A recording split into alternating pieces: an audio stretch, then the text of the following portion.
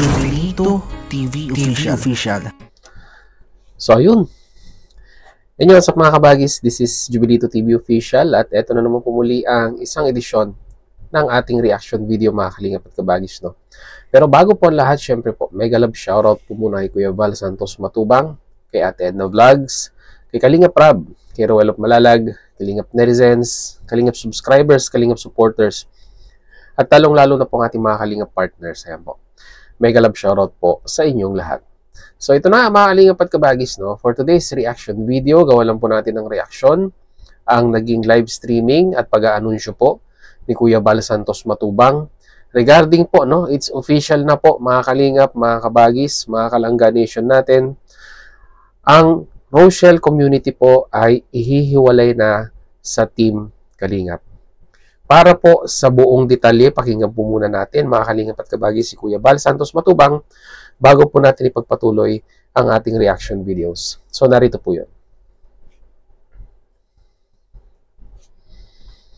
Pag live ni Roel po mga kaibigan, mga Kalingap, sasabihin niya lahat. Kasi magbuo sila ng mga officers. At siyempre po si Roel po ang mangunguna sa team na ito, no, sa Rochelle's community.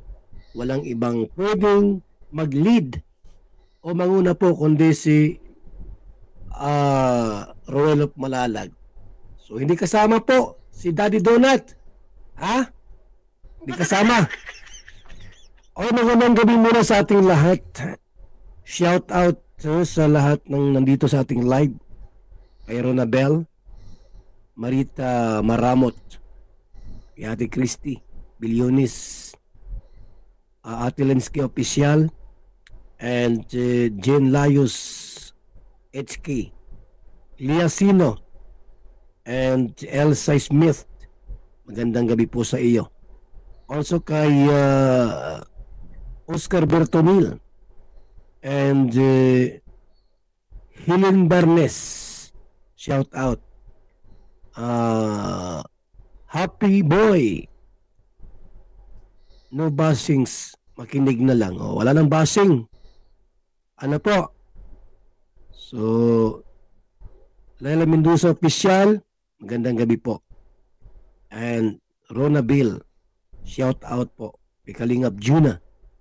And Fatma Tomix Vlog. Salamat po sa inyong lahat. At wala pong isasamang reactor si Roel of Malalag sa team.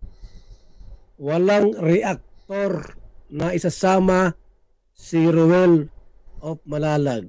Wala. Ha?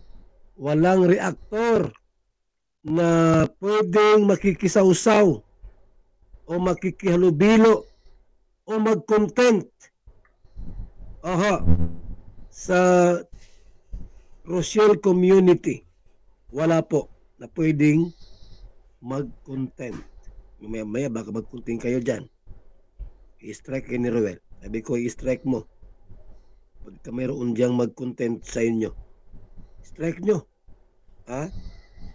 Bawal po mag-content, mga Kalingap, ang mga reactor ng team Kalingap.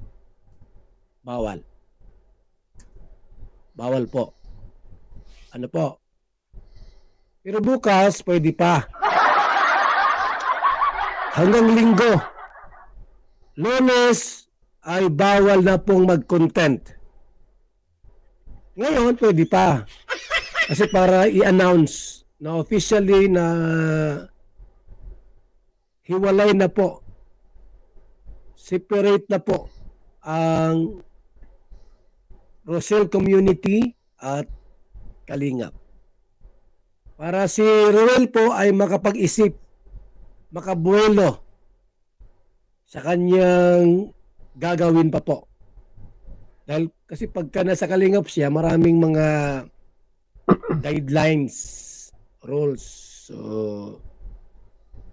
sa halip na makakonsentrate sa kanyang trabaho, dahil sa mga rules po. Diba?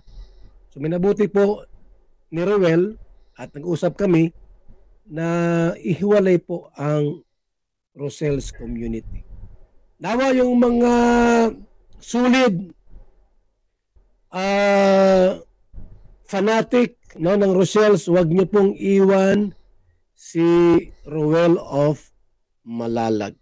Asahan po namin na hindi niyo po pababayaan at iwan. Bagkos, lalo pa niyong suportahan at lalo pang lumago ang team na ito ni Roel of Malalag.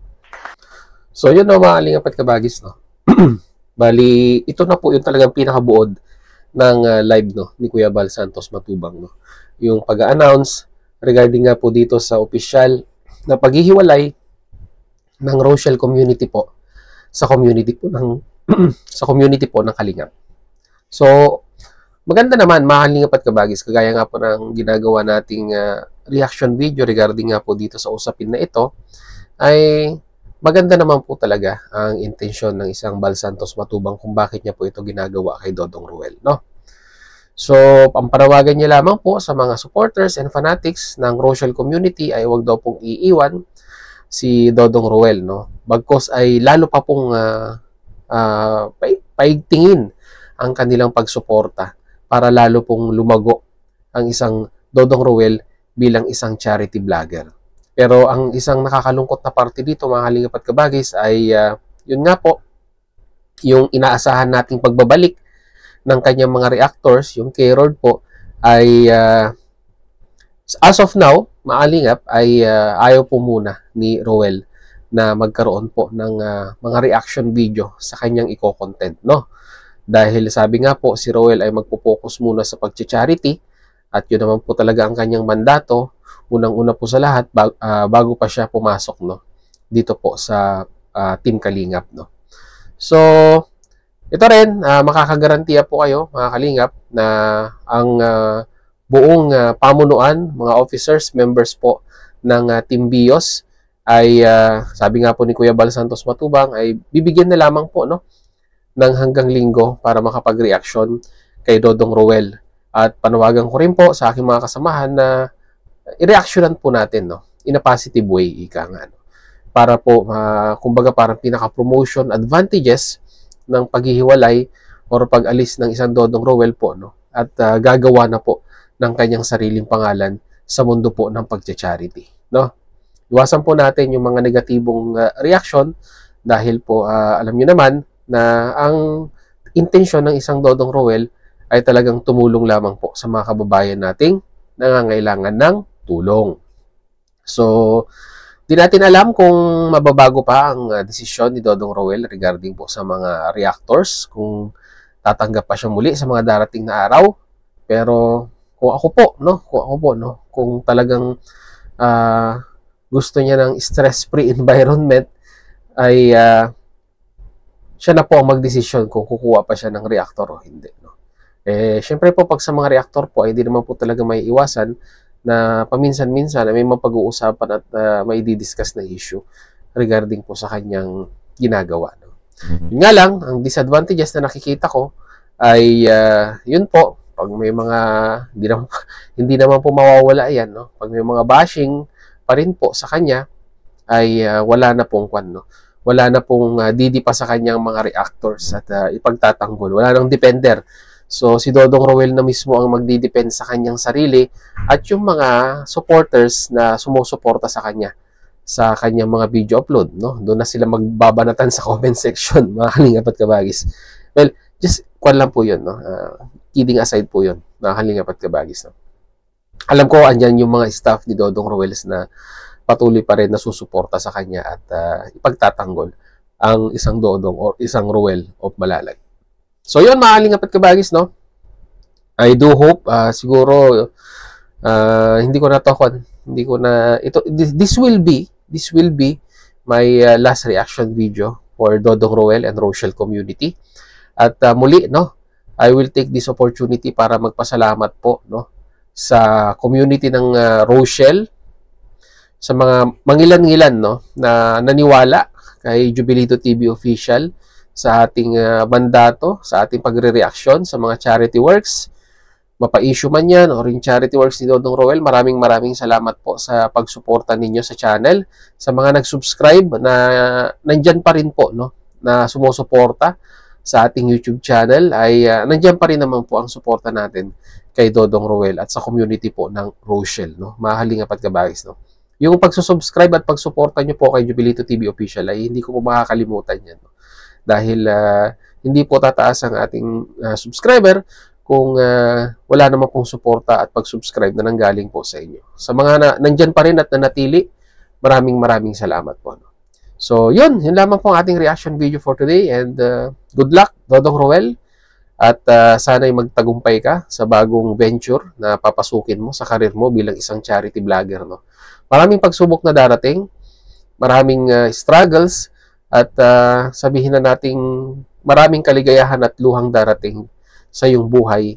Pero, lang, anong tawag nila doon? Padayon ba yun? Mahalingap at kabagis, no? Tuloy lang ang buhay.